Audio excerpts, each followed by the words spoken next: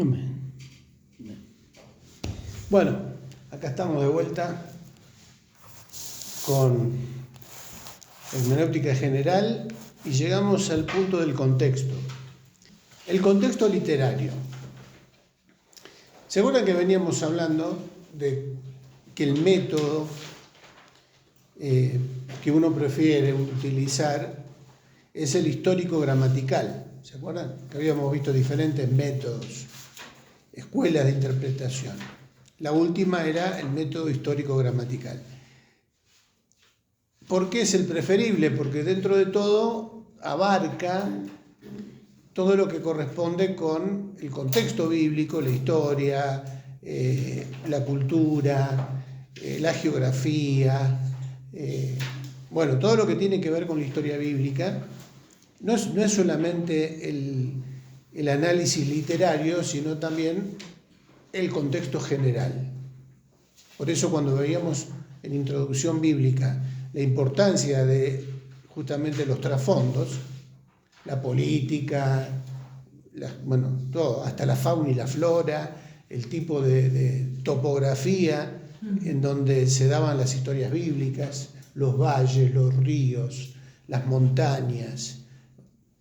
O sea, nos ubica en un ambiente que cuando nos metemos en el túnel del tiempo, ¿se acuerdan? Tenemos que tener en cuenta todo eso porque nos ayuda a ambientarnos en ese lugar. El desierto, la importancia de llegar a un lugar, a un oasis en el desierto. Cuando uno viaja metiéndose en la historia con el pueblo de Israel por el desierto y llega a un lugar donde había aguas, yo estoy leyendo acá y hago, llegamos. ¿Por qué? Porque no es como que también estamos caminando con ellos y de repente, o cuando uno está extrañando y de repente entran a llover codornices. Carne. Claro, esa desesperación que tenían era comprensible. ¿Por qué? Porque nos metemos en la zona, la escasez de alimento, la escasez de agua, el calor. Entonces nos ayuda todo esto a sacar un mejor provecho de la historia que leemos. Por eso la importancia de los contextos. Lo que vamos a ver ahora es el literario. Ya algo venimos hablando, así que igualmente vamos a leer el punto 1. Dale, el 1. El contexto literario. Como habíamos visto, uno de los principios básicos para la hermenéutica general cita: un texto se interpreta por el contexto. Cuando hablamos de contexto literario, no debemos olvidar que cada palabra tiene una gran importancia dentro de la gran trama bíblica. Por lo tanto, destinar el análisis gramatical el tiempo necesario para entender su sentido dentro del contexto literario es fundamental para lograr una buena exégesis. Ver página 12.g6. Bueno, ¿se acuerdan cuando hablábamos de la exégesis? ¿Qué significaba la palabra exégesis?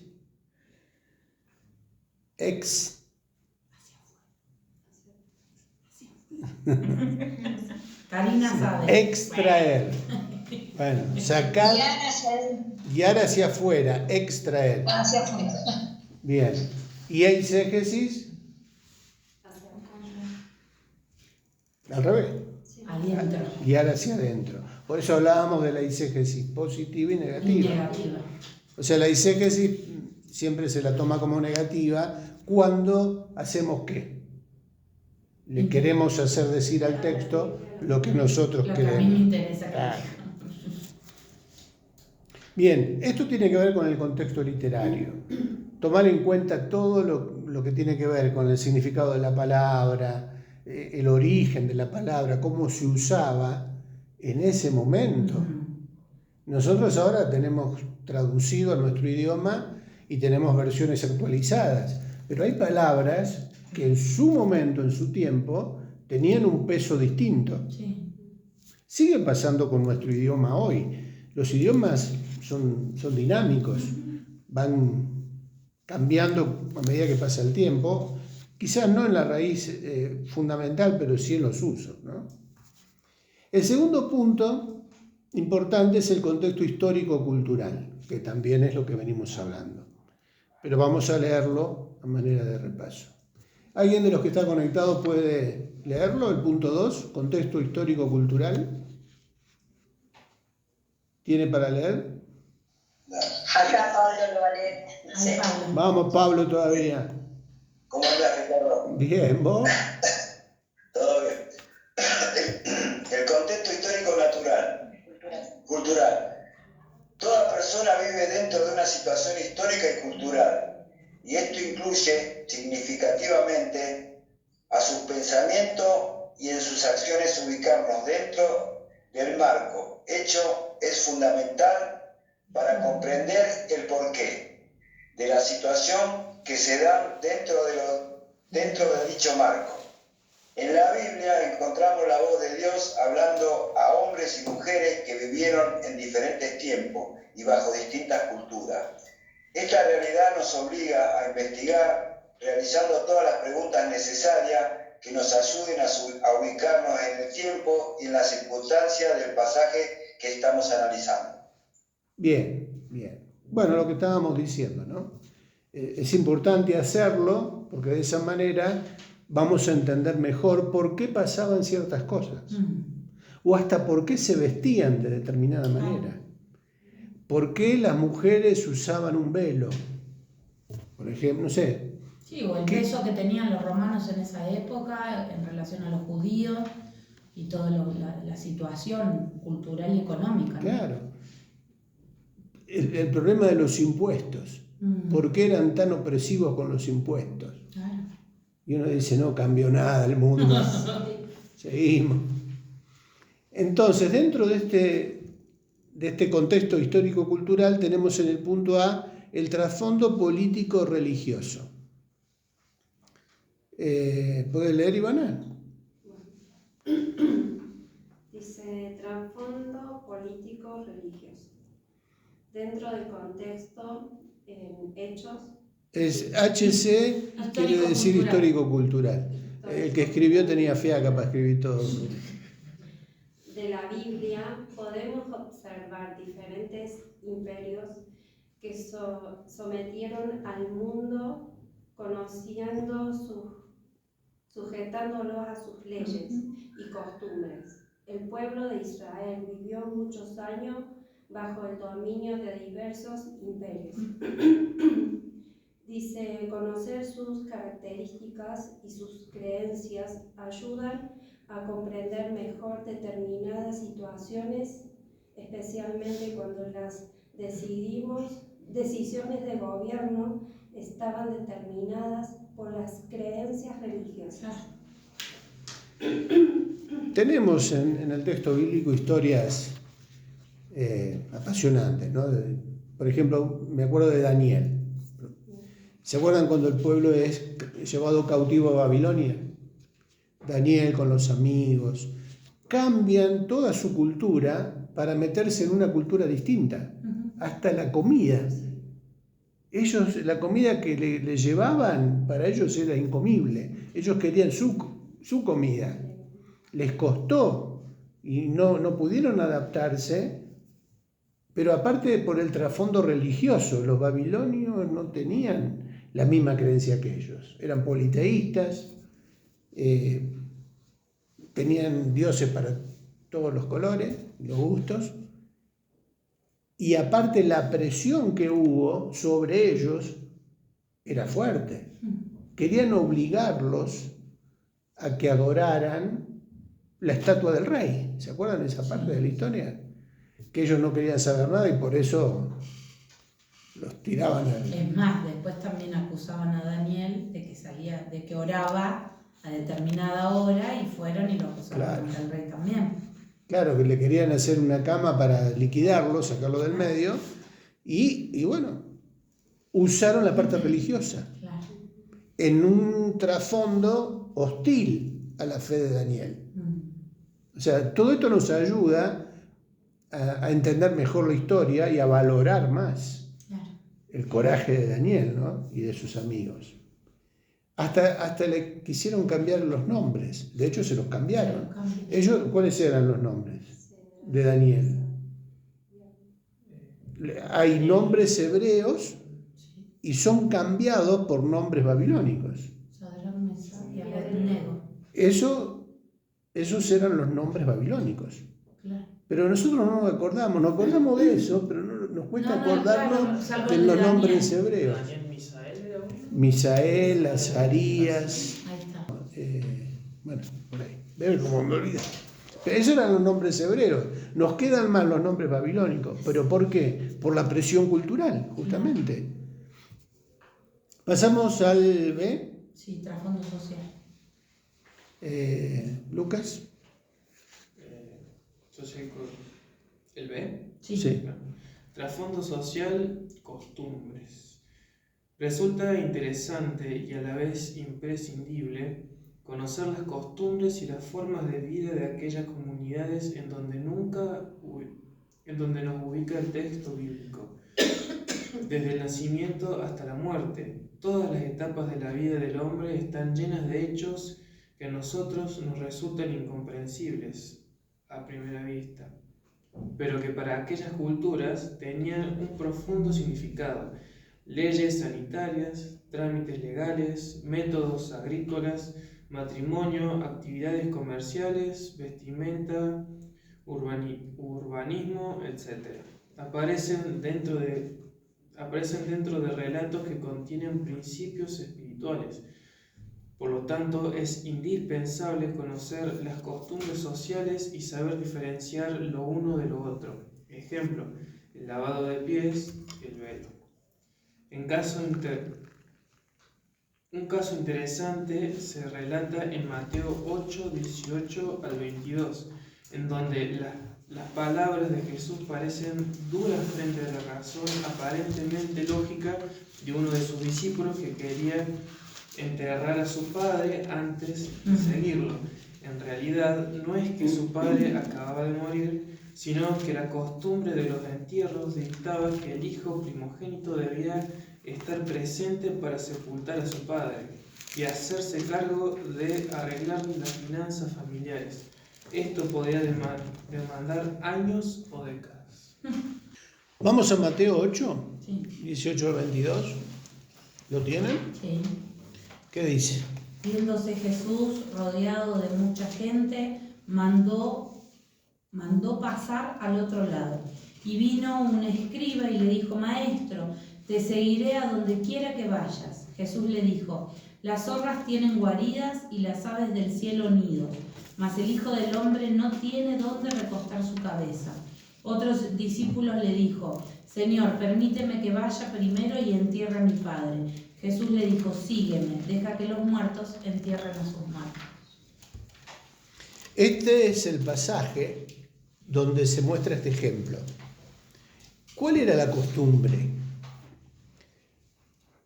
Que el hijo varón, si tiene a su padre ya en las últimas, aunque esté bien de salud, pero ya está grande, el peso de sostener la familia pasaba al hijo mayor.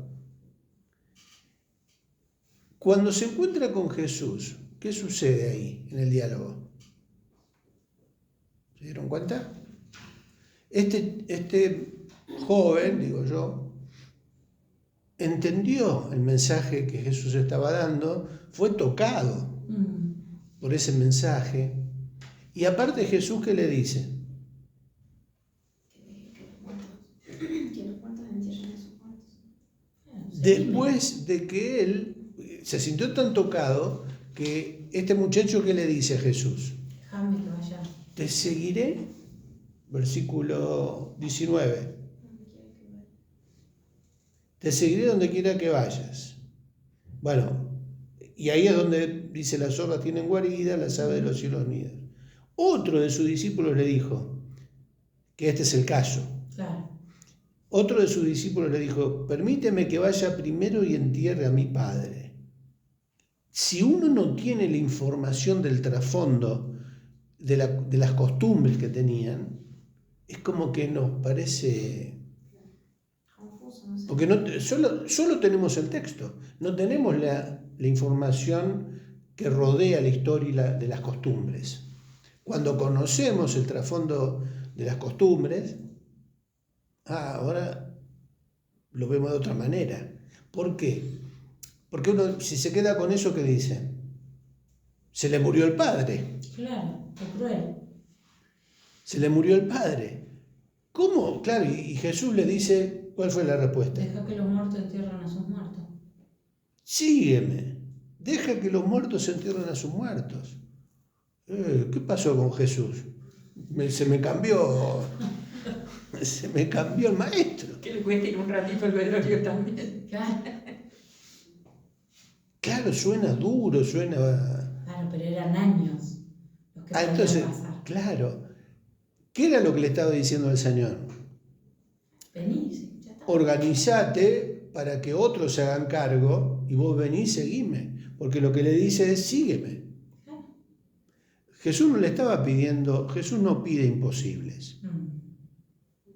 Los que ponemos excusas a veces somos nosotros, ¿no? No, tengo que terminar la carrera, tengo que terminar la casa, ¿no hacemos eso?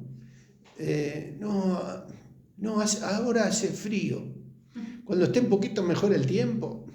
O sea, para cualquier cosa que nos damos cuenta que el Señor nos pide algo, si en realidad nos damos cuenta, lo tendríamos que hacer. Pero a veces ponemos este tipo de cuestiones, ¿no? ¿Pero por qué? Porque forma parte, en este caso, de las tradiciones de ese tiempo y de esa cultura. Las costumbres eran esas. Si alguien no mantenía la costumbre, estaba generando un problema a otro. Si desaparecía, ¿quién se iba a hacer cargo? Entonces él piensa, bueno, Señor, déjame que primero acomodo todo. No es que le dijo no te voy a seguir o no te quiero seguir, sino como que había otra cuestión ahí que tenía que resolver. ¿Se podía resolver? ¿Se podía acomodar? Sí, porque el Señor le dice, bueno, deja que, como diciendo, anda, organiza todo para que otros se hagan cargo, porque yo para vos tengo una tarea más importante, más trascendente. Bueno, son momentos en donde hay que analizar la cosa. Pensemos para nosotros, si nos llega a pasar a nosotros, que el Señor nos pide algo o nos desafía con algo o pone delante nuestro una meta, un desafío, una tarea. Bueno, ¿cómo evaluamos la cosa? Entonces, como leemos ahí, había una tradición, una costumbre, una forma de organizar la vida familiar que justamente nos permite a nosotros entender por qué Jesús le dijo eso. No es que se había muerto el padre en ese momento y tenía que hacerse cargo del velorio. Entonces, ¿qué era lo que tenía que hacer el hijo mayor? Acomodar las cosas, dejar todo organizado. Lo podía hacer si quería, podía hacerlo y seguir al Señor. Seguimos con el contexto geográfico. Damaris. A ver, no sé si hay alguien Ana María y Karina. ¿Estás, Ana María? ¿Podés leer el 3? Sí, leemos. El punto 3, el contexto geográfico. Ubicarnos en el lugar donde se desarrollan los acontecimientos implica también conocer los detalles geográficos que rodean la escena bíblica.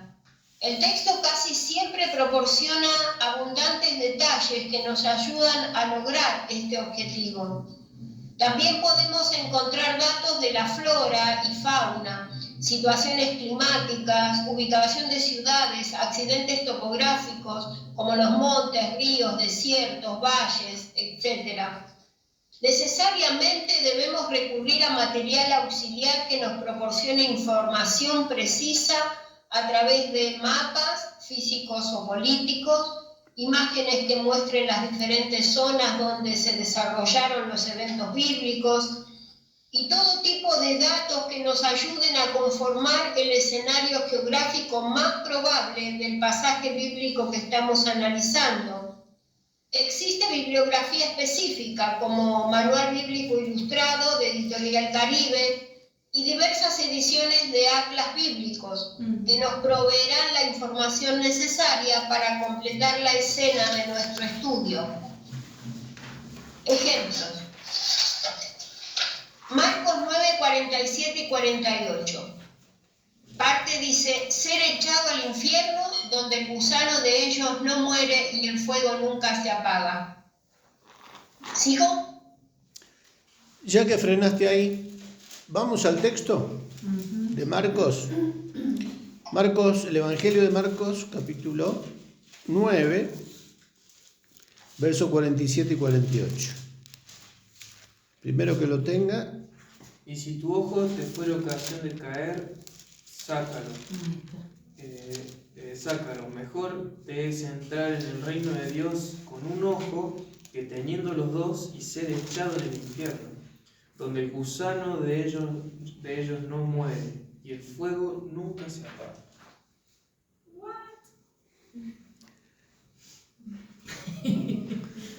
Qué caritas, ¿eh? Traducción. ¿Hay que interpretarlo literalmente? No. Bueno.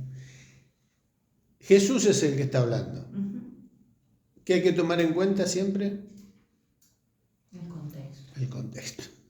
Bueno, ahora no vamos a analizar netamente el principio espiritual, pero hay cosas interesantes acá que nos van a ayudar. Estaría bueno tener el pizarrón, pero si algún día lo vamos a recuperar. Si tu ojo te fuera ocasión de caer, sácalo, mejor te es entrar en el reino de Dios con un ojo, que teniendo los dos ojos, ser echado ¿dónde? Al infierno. Bueno, cuando uno va al texto griego, ¿no? al idioma original, en realidad la palabra infierno no existe. En la Biblia no existe el término infierno. ¿Por qué? Porque la palabra infierno no es griega, ni hebrea. Es una palabra de origen latino, viene del latín, infernus, que es tiene que ver con lo inferior, con lo que está abajo. O sea, todo lo que estaba abajo, todo lo subterráneo, se relaciona con lo oscuro, ¿no? Con lo opuesto al cielo. Por eso cuando se habla de cielo e infierno, en el cielo ¿quién está? Dios. Y en el infierno, Diablo. o sea, se hace esa separación, ¿no? Ahora, volviendo al término, ¿por qué entonces está la palabra infierno ahí?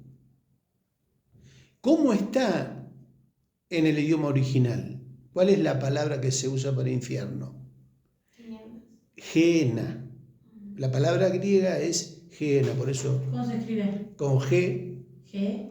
con E, N. doble E, G, A. Gehenna. N. A. No estoy en la duda si no era doble E o doble N. ¿Y Hay qué una doble E. significa? Yo lo tengo acá en el diccionario, es G-E con acento H-E-N-A. Bien.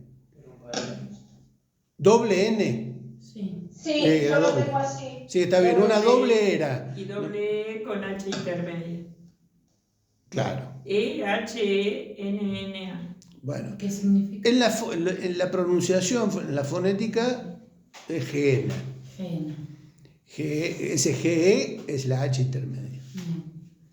En realidad, el origen del término era un lugar geográfico, por eso estamos acá dentro del punto de qué contexto geográfico.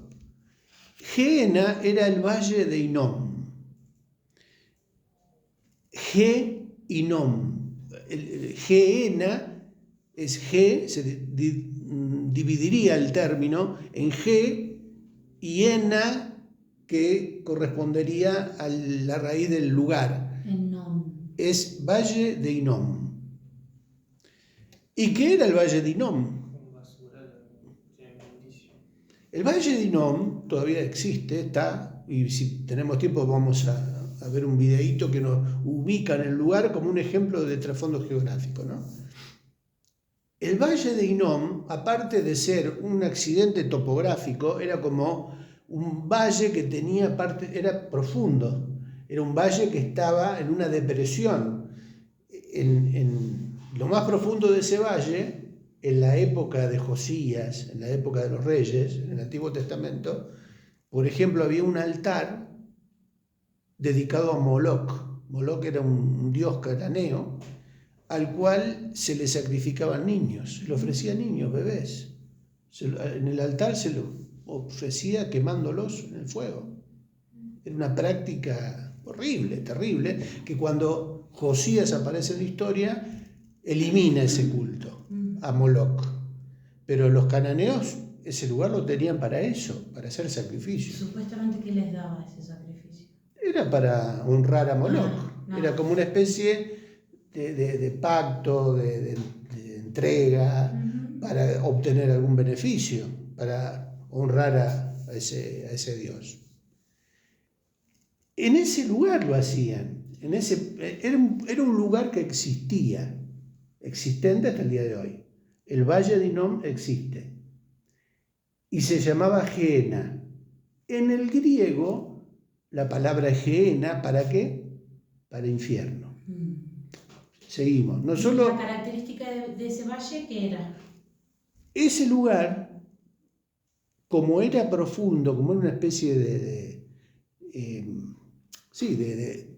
de valle y que estaba alejado del centro de lo que era Jerusalén, y por las características, a ese lugar, no solo, después que se eliminó el culto a Moloc, se tiraban en ese lugar los cadáveres de las personas que eran, los romanos lo hacían, era muy común en la época de los romanos, ¿no? Los que eran crucificados, los NN, los que no tenían familia que los pudieran sepultar, ¿qué hacían? Era como lo que diríamos hoy una especie de quema. Seguía relacionado con el fuego. Una fosa común. Eran fosas comunes, pero también no solo se tiraban cadáveres, se tiraban animales muertos, cosas que se podrían, que estaban en descomposición. Era como un lugar a donde se tiraba la basura, los desperdicios, los animales muertos, las personas muertas, y constantemente había fuego. O sea, siempre el fuego estaba prendido justamente para quemar todo eso. En Buenos Aires había lugares, y capaz que todavía sigue habiendo lugares así, aunque en los últimos años se fueron eliminando con el sistema de eliminar la basura de una manera orgánica y ecológica. Pero antes estaban las quemas, nosotros le decíamos las quemas. Eran terrenos baldíos a donde se tiraba todo eso, lejos de las casas, lejos de donde había población, para que el olor a podrido, los olores, el humo, todo eso, no llegara cerca de las casas. Entonces buscaban lugares lejanos y ahí se quemaba, se tiraba la basura y todo eso. Por ahí todavía siguen existiendo algunos. Pero el Valle de Hinnom era un lugar así. Normalmente desde arriba, para no bajar, desde arriba se tiraban en lugares medio escabrosos, medio pedregosos, y que los buitres vinieran y comieran, o sino que donde se prendía fuego, sí, se los tiraban en el fuego para que se acelere el proceso. Pero imagínense ese lugar. Los que alguna vez estuvimos en alguno de esos lugares, ¿qué es lo que se huele? ¿Es agradable estar en un lugar así? Por el olor, por el humo, por los bichos. El gusano nunca muere en el infierno. El gusano nunca muere y el fuego nunca se apaga. ¿Ven cómo va cobrando ahora otro sentido el Valle de Hinnom o el infierno? En realidad, cuando Jesús dice eso, para los oyentes que él tenía en ese momento, no era algo extraño lo que estaban escuchando, porque lo veían, lo tenían ahí.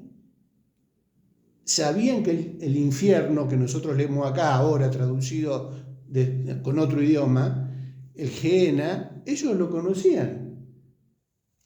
Y hasta que capaz que fueron algún día a tirar algo ahí. Cari levantó la mano. Cari, te escuchamos.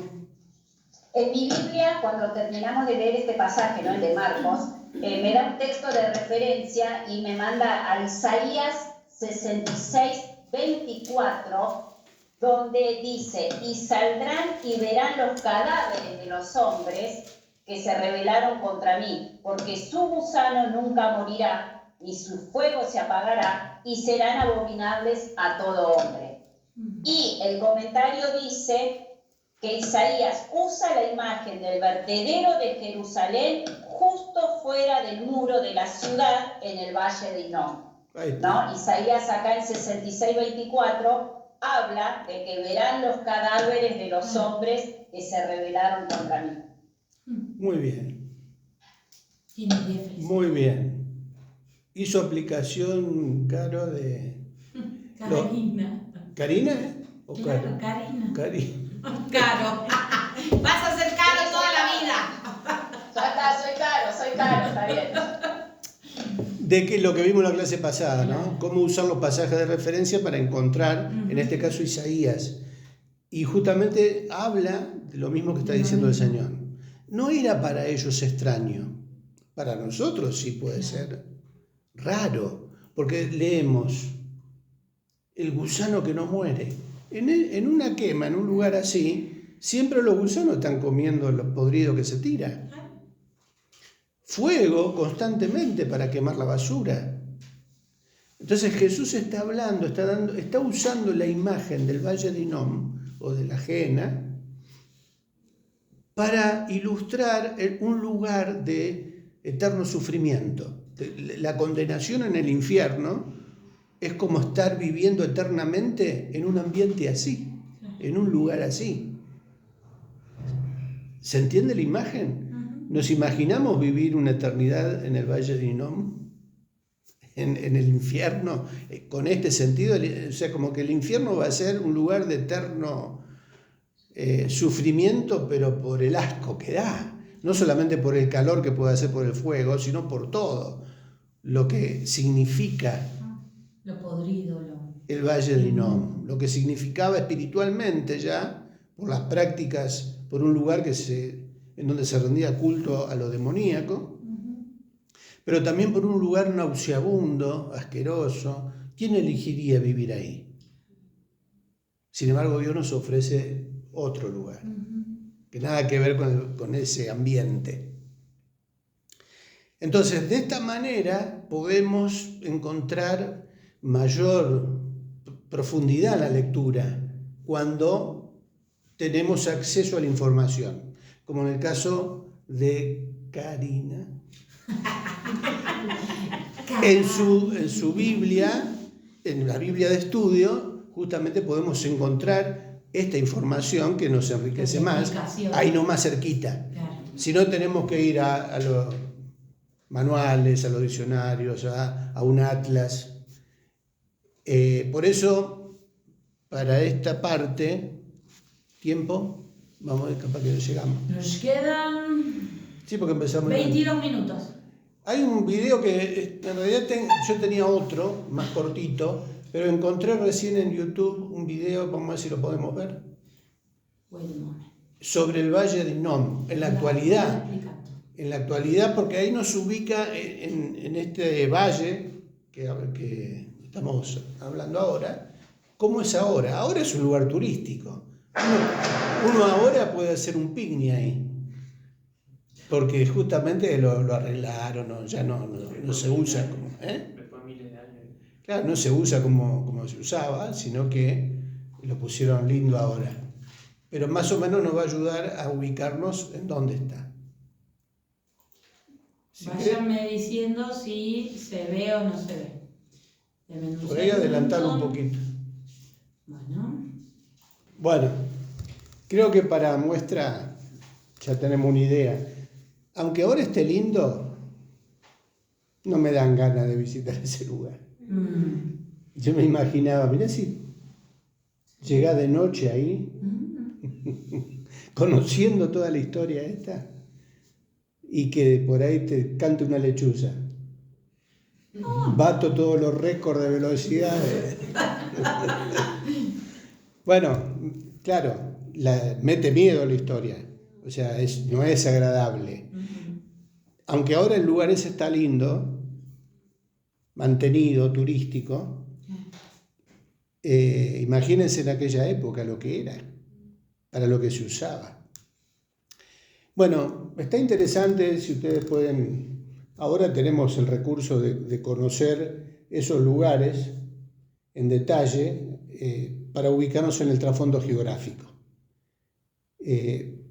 Lugares por donde anduvo el Señor, donde estuvieron los discípulos, lo que costaba viajar, cruzar esos valles. No era plano, no era cómodo. Por eso está bueno que conozcamos esos lugares como una ayuda para entender también, si nosotros tenemos que estar ahí, lo que cuesta y lo que les costó a ellos en ese momento. Bueno, ya llegamos a la parte esta. Calculo que con esto del contexto ya tenemos una idea de la importancia que tiene dedicar tiempo a ubicarnos para tener un panorama más completo en lo que es el trasfondo y el contexto de lo que estamos leyendo. Y así, aunque no lo crean, llegamos, sí, ya terminamos de leer, ¿no? Queda el último pedacito. Sí, pero era la explicación de Inam, que fue lo que bueno. dejé. Bueno, lo que está debajo del ejemplo de Marcos 9 sí. Es lo que estuvimos charlando. Con esta lección, con esta parte, terminamos lo que es la hermenéutica general. O sea, recién ahora estamos en el punto donde tenemos una idea de lo que hay que tener en cuenta a la hora de analizar un texto. Lo que tenemos que tener en cuenta con todo esto del contexto, los principios que estuvimos viendo, ¿no? Cómo después aplicar la clase anterior, ¿no? Cómo hacer la aplicación de lo que leemos para nosotros, sería lo básico. Como decíamos al principio, la hermenéutica se divide ¿en cuántas partes? En dos. Una es la hermenéutica general, lo que continúa ahora sería la hermenéutica especial, en donde ya nos metemos a analizar las figuras literarias, a conocer ya más en detalle el estilo que tenía y que tiene todavía la cultura oriental para escribir. Por eso mucho lenguaje simbólico, mucha metáfora, mucha alegoría, muchas figuras que transmiten mucho para esa cultura. El tema es que nosotros que estamos en Occidente, mentalidad latina, perezosa, no me venga con cosas raras, háblame claro, ¿no? Entonces como que claro, ¿no? ¿Qué quiere decir esto? Sácate tu ojo, cortate la mano porque es mejor entrar, lo que leíamos recién, mejor entrar al cielo con un ojo menos tuerto o rengo. La ejemplificación con eso, de que más con las enfermedades que había en esa época, o gangrena o algo, era muy fácil contraer una enfermedad por una lastimadora, porque sí, como quien dice, se te infectaba, por ejemplo, y yo creo que también ese es otro ejemplo que se usaba, mejor cortate antes que te infecte todo el cuerpo y te termines muriendo y termines ahí. Claro, pero ¿cómo lo usaba Jesús? Si tu ojo te es ocasión de caer. Como el pecado. Ahí, ¿a qué se está refiriendo? El pecado. Al pecado. O sea, si yo estoy mirando cosas que no tengo que mirar, si yo estoy metiendo la mano donde no la tengo que meter, o haciendo cosas que no tengo que hacer, Jesús dice, cortátela. Claro. ¿Qué quería decir Jesús con eso de cortátela? Que lo frenes, que no bueno, luches con... Claro. O sea que ya nos vamos dando cuenta de cómo tomar ese estilo literario, pues manera de decir algo o de enseñar, porque en realidad está haciendo, utilizando un recurso. Me copié, me copié. Entonces, eso lo vamos a ver el año que viene. O sea que terminamos hoy. Terminamos hoy. ¿Y sanguchito? No, sí. En realidad lo que tienen ahora, ¿qué es? Tarea. La prueba. El cuestionario de repaso. ¡Apa! Viene el examen. ¿Lo tienen? No. Los que están conectados, ¿tienen el cuestionario de repaso? Sí, sí, sí. Bueno, Sí, sí. Menos mal, Carolina. bueno, entonces vamos. Yo ahora se los doy acá. Ok. Pero ¿y venimos el miércoles que viene? La idea es que este cuestionario que se llevan hoy lo hagan en la semana como tarea de examen, Ok. a carpeta abierta, o sea, tienen todo el tiempo para responder las preguntas que quieran. No vamos a juntarnos para que traigan la hojita. Los que están conectados, después que hagan la tarea, envíenla al WhatsApp. La envían al WhatsApp, porque acá nadie se va a copiar. Nadie, porque como están en otro grupo distinto, no se van a enterar de lo que ustedes mandan. Así que bueno, dejamos esta última semana para hacer este trabajo. ¿Oramos? Karina. Bueno, oramos que nos queda juntos. Amado Padre Celestial, queremos darte gracias, Señor, por este momento que pudimos apartar para conocer tu palabra. Te pedimos que nos ayudes, Señor, queremos obedecerte, queremos honrarte y alabarte. Bendice, Señor, la vida de nuestro pastor, la vida de cada uno de mis hermanos, y te pido en el nombre de Jesús que los protejas cuando vuelvan a sus hogares. Te damos gracias en el nombre de Jesús. Amén. Amén. Amén. Dios les bendiga. Ahí, Lu, chiquitín. Muchas gracias a todos.